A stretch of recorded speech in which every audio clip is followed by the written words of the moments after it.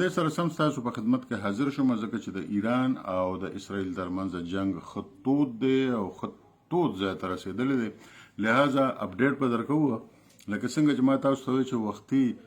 د جمعې ورځ وه د 2015 میلادي کال د جون د میاشتې 14 نیټه وه. دې وخت کې 2015 میلادي کال دی، د جمعې ورځ ده او 14 تاریخ دی او دې وخت کې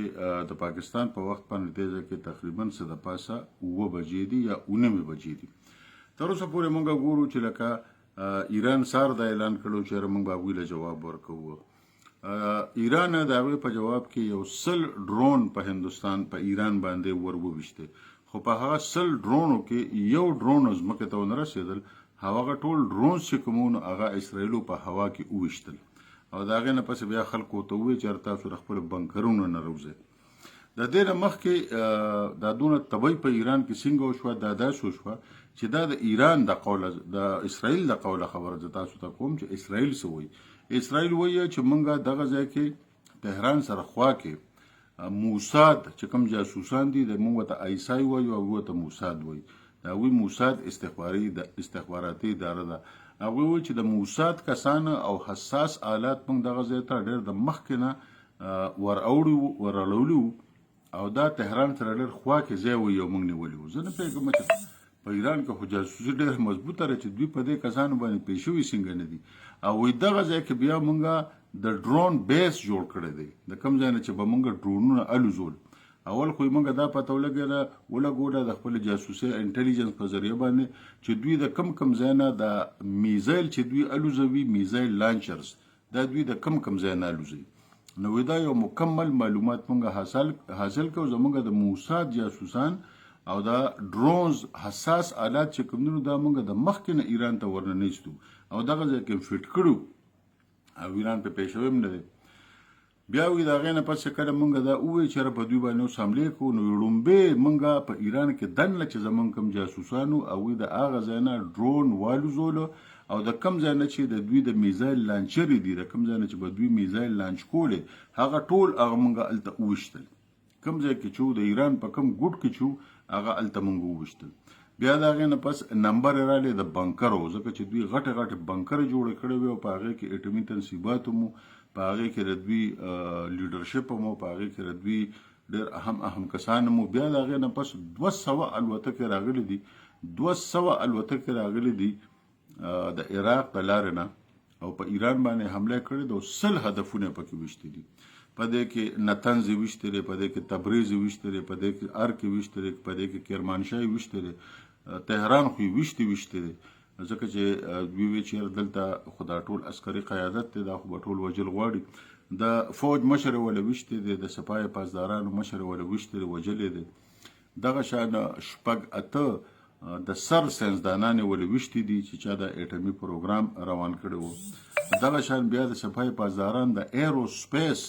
او د ډرون چې کوم مشر وو، د چا به ډرونز الوجول د چا په صدارت کې، او د ایروسپیس پروګرام مشر وو د ایران، هغه هم ووژه او اوس هم لګیا دي په اسرائیلو باندې بمباري کوي. بل اړخ ته د امریکې د صدر بیان راغی او امریکې ایران ته د ووایي چې ګوره تاله موږ وخت درکړه چې ته موږ سره په اټومي مسلو باندې خبرې اترې وکړه، خو تا نه هغه وخت لاړه. لہذا اوس هم تا سره وخت شته، اسرائیل سره دغه وکړه، معاهده وکړه، یا د اټومي توانایي نړیوال اجانس سره معاهده وکړه او که نه نو دا اوس چې تاسو لیدلي دي نو ګوره دا وي د ډېر کم ولیدل، تاسو به له ډېرو سختو حالاتو سره وي مخامخ شئ او دونه غټې بمبارۍ او دونه غټې تباهۍ به وي تاسو ووینئ چې تاسو به چېرته په عمر کې نه لیدلې. دا د ټرمپ بیان دی که نه، ځکه چې ما خو ورته ووایي چې راځئ خبرې کوو، خو تاسو خبرې نه کوئ، نو لہذا اوس جنګ ته تیار شئ. او دا هم ورته ویلي دي چې که ایران په اسرائیل باندې جوابي حمله وکړه نو بیا به امریکا خامخا د اسرائیلو مرستې له راځي، حالانکه اسرائیل په خپله پوره ده، هغوی سره هر یو شي پوره دي. د دې نه علاوه ډرونز خو وله ټول ویشتله، د دې نه علاوه چې بعضې نیم بیلسټک میزایل دوی سره پاتې شوي وخت وله دوی تباه کړه، دلته لانچر یې وله ټول تباه کړی، خو که چې بعضې نیم ورسره پاتې شوي نو هغه بیلسټک میزایل چې کوم دي هغه چې څنګه ور روان شوي دي او چې څنګه ور رسېدلي دي نو هغه اسرائیل په هوا کې وشتي دي په پیټریاټ باندې او په آیرن ډوم باندې لہذا دومره نقصان چې کوم دی نو هغه اسرائیل ته تر اوسه پورې په فوجي لحاظ باندې نه دی رسېدلی نو دې ته کتل پکار دي که نه چې ګوره یو قوم که فرض کو یو بل قوم سره مقابله کوي نو پکار دي چې هغه ځان یو ځای ته راورسوي ستاسو 14 لکه کیلومتره علاقه ملک دی او په دې ټول ملک کې دا ټول د اسرائیل 200 فوجان راځي او لکه د غویانو پکې ګرځي را ګرځي ستاسو دفاعي سیستم څه شو چې کم از کم یو جاز خو مولويشته وکنه او تاسو اله یو میزایل الته ونه رسو یو ډرون هم تاسو الته ونه رسو هغه ټول د په هوا کې وشتل او اوس د باندې دوباره راځي بیا حمله کوي اوس د مازیګر په وخت باندې په تبریز باندې حمله وکړه اوس د دوی چې کوم نتنز اټمی اکټرو اټمی وسلې پکې د جوړېدو پروګرام د دوی روانو هغه ول اوس په دویم ځل وشته ځکه چې دوی په لومبي ځل د اعلان وکړ چې نتنز ته نقصان نه رسېدلی هغه په خپل لاس کې ده وته بس رسېدلی دی خو دوی اعلان وکړ نتنز ته نقصان نه رسېدلی زموږ اټمی پلانټ ته نو اسرائیل ډارل دوباره سم بمباري کړ نو اوس خدا ټول غټ غټ جرنیلان زنه پیغام چې دوی څنګه په خپل کورونو کې پراته دي ته پته نه و چې د اسرائیل به حمله کوي او دوی ته پته نه و چې د اسرائیل به راځي او دا کار وکړي نو دا جرنیلان ولا وجلي دي ساينسدانان ولا وجلي دي او خدا و چې کم از کم په دې کې عام خلک هم وجلي شوي دي شپږ او یا تعداد ایران خي چې زمونږ شپږ او یا کسان هم په دې کې وجلي شوي دي خو حمله چې شوي دي دا په اټمی تنصیباتو په فوجي تنصیباتو باندې شوي دي او په فوجي چارواکو باندې شوي دي مونږ خو چې د ایران بس ډېر لوی خبرګونی خو مونږ خو د دې خبرګون سره نه خبر نشو تلو کې دوستانو یو خبره ته کومه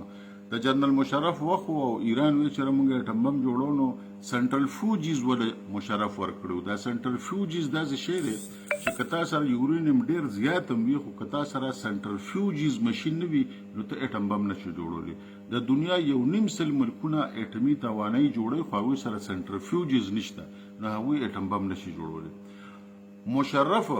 دا سنټرل فوجي دویله ورکړو چې تاسو دا سنټرل فوجز یو شپږتواله او په دې باندې کار روان کې او ځان لیټم بم جوړ کې بیا چې کله د اټامیک انرژي کمیشن د دغه ادارې مشران چې کله رالل او دوی په دې کې راګیر کړل ایران چې تاسو سره د سنټرل فوجز د کوم ځای نه رالل نو بجای د دوی چې دوی غلی شوي وو یا خبره په ځان باندې راړولې وای یا ویلو چې دا موږ تر اسمګل شوي دي دوی وته نیغ په نیغه وي دا خو موږ له پاکستان راکړي دي نو پاکستان لا غي بیا دونه سزا وخوړه چې بیا ډاکټر قادر خان په ځان باندې هغه ټول الزام را واچو او بیا هغه ټول عمر په نظر بنده کې تیر کړ نو دوی سره خېګړه مو کنه دوی سره دا چل کوي نو دا غي نه پد بیا پاکستان په قلار کې ناشته کنه خو پاکستان خپل کار کړو اټمی 14 نه کړی وي خو کداغه په پاکستان ثابت شو چې دا ول پاکستان ور کړی نو بیا پاکستان د سختو بندیزونو سره به مخامخ کېده خو به هر حال دی وخت اوس ایران چې کم دی نه بس بیلاسو بخپو دی او اسم نشي کولی هغه به د اسرائیل سوکي او موږ ته صرف دعا کولی شو چې خدای پاک ته د اسرائیل د غضب وساتي او خدای پاک ته ولا بری ورکی او اسلامي ملک دی موږ ته صرف دعا کولی شو ورور موږ څه نشو کولی ځکه چې زمونږ او د هندستان جنگ ونه تاسو په ډبه ناشوي دغه شان که تاسو د اسرائیل جنگ نه موږ هم په ډبه ناشو ځکه چې موږ ته خودلته جنگ لا پسر دی